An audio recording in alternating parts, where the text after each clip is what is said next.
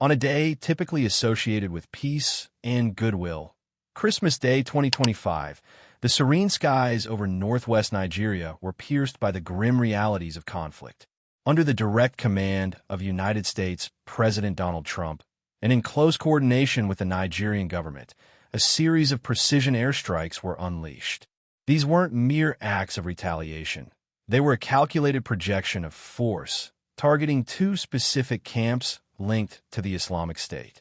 The chosen location, the dense Bauni forest nestled within Sokoto state, was believed to harbor foreign fighters, elements described by Nigerian authorities as infiltrators from the volatile Sahel region, poised to orchestrate devastating, large-scale attacks across the nation.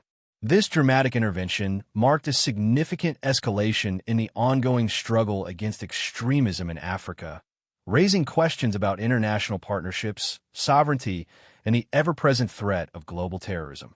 The execution of these strikes demonstrated a clear commitment to precision and overwhelming firepower. According to official reports from U.S. Africa Command, or AFRICOM, the operation deployed an arsenal of 16 GPS-guided precision munitions. These advanced weapons were launched from the formidable MQ-9 Reaper unmanned aerial platforms, drones renowned for their surveillance capabilities and strike accuracy. While the aerial component was prominent, some unconfirmed reports also hinted at the involvement of maritime platforms, specifically U.S. warships strategically positioned in the Gulf of Guinea, suggesting a multi-domain approach to the engagement. This blend of aerial and potentially naval assets underscored the logistical sophistication and strategic depth of the operation, aiming to minimize collateral damage while maximizing the impact on the intended targets. The choice of weaponry reflected a deliberate strategy to surgically dismantle the militant infrastructure. The immediate aftermath of the strikes focused on assessing their effectiveness and impact. U.S. Africa Command and Nigerian officials swiftly reported that multiple militants had been successfully neutralized, a term frequently used in military parlance to indicate fatalities. Crucially, both governments emphasized that no civilian casualties were officially reported, a claim often met with scrutiny in such operations. However, the ground reality offered a slightly different perspective. Residents in the village of Jabo, located near the strike zones, recounted experiences of intense heat and severe shaking of buildings, testaments to the sheer force unleashed. Furthermore, physical debris, presumably from the explosions, was discovered in various parts of Sokoto and even as far as Kwara states, raising concerns about the true geographical spread of the impact and the potential, albeit unacknowledged, peripheral effects on local communities. The political motivations behind the Christmas Day strikes were quickly elucidated by President Donald Trump himself. Taking to his preferred social media platform, Truth Social, the president announced the operation, framing it within a clear religious and protective narrative. He explicitly justified the strikes as a direct response to what he termed the vicious killing of innocent Christians in the region. This statement echoed earlier warnings from President Trump, who had previously issued a stern admonition, promising hell to pay if the targeting of Christians did not cease. This framing positioned the military action not merely as an anti-terrorism measure, but as a defense of religious freedom and an act of retribution for perceived injustices, deeply intertwining faith with foreign policy and military intervention on the global stage. The involvement of the Nigerian government, specifically the approval from President Bola Tinubu, was a critical component of the operation's legitimacy and execution. Historically, the Nigerian government had often argued that the violence plaguing the region indiscriminately affected both Muslims and Christians, suggesting a broader conflict rather than solely religiously motivated attacks. However, President Tinubu's decision to greenlight these specific U.S. strikes indicated a significant shift in diplomatic and security alignment. Nigeria's foreign ministry characterized the operation as inaugurating a new phase of security cooperation, explicitly aimed at preventing foreign ISIS elements from further destabilizing the nation.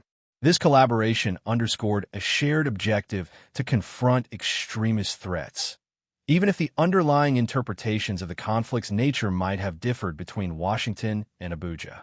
For many political and security analysts, the U.S. intervention and Nigeria's cooperation carried deeper strategic implications.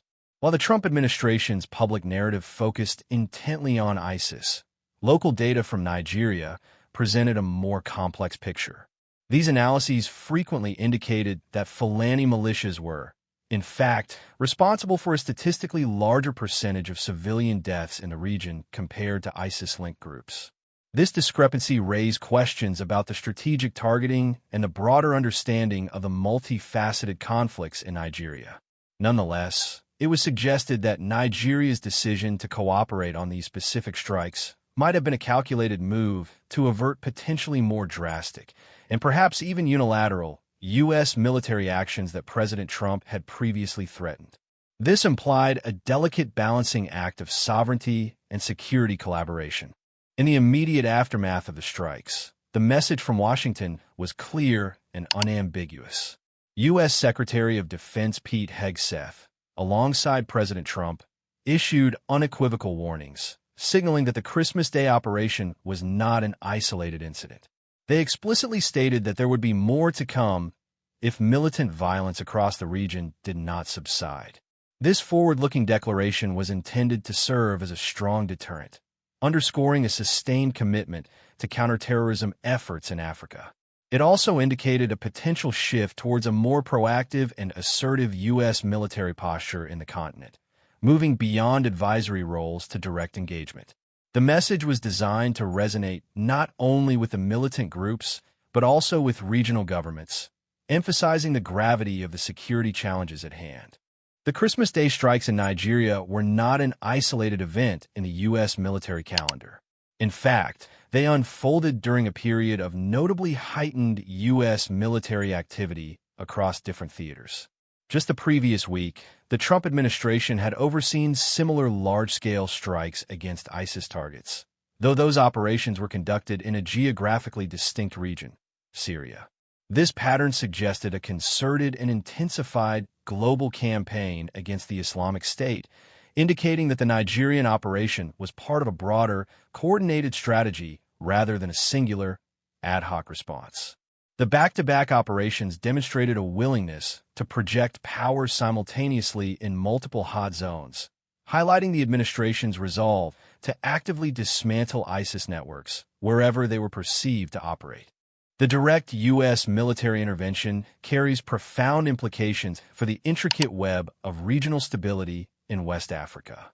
While designed to neutralize specific threats, such actions can also inadvertently contribute to a complex geopolitical dynamic. The presence of foreign military forces, even under the guise of counterterrorism, can sometimes be perceived as infringing on national sovereignty, potentially fueling anti-Western sentiments or creating unintended power vacuums. Moreover, the focus on specific extremist groups might, if not carefully managed, overshadow other significant, localized conflicts that contribute to instability, such as those involving resource scarcity or intercommunal violence. Navigating these delicate balances requires not only military might, but also nuanced diplomatic engagement and a comprehensive understanding of local socio-political landscapes to avoid exacerbating existing fragilities. As the dust settles from the Christmas Day airstrikes, the path forward for Nigeria and its international partners remains complex and fraught with challenges.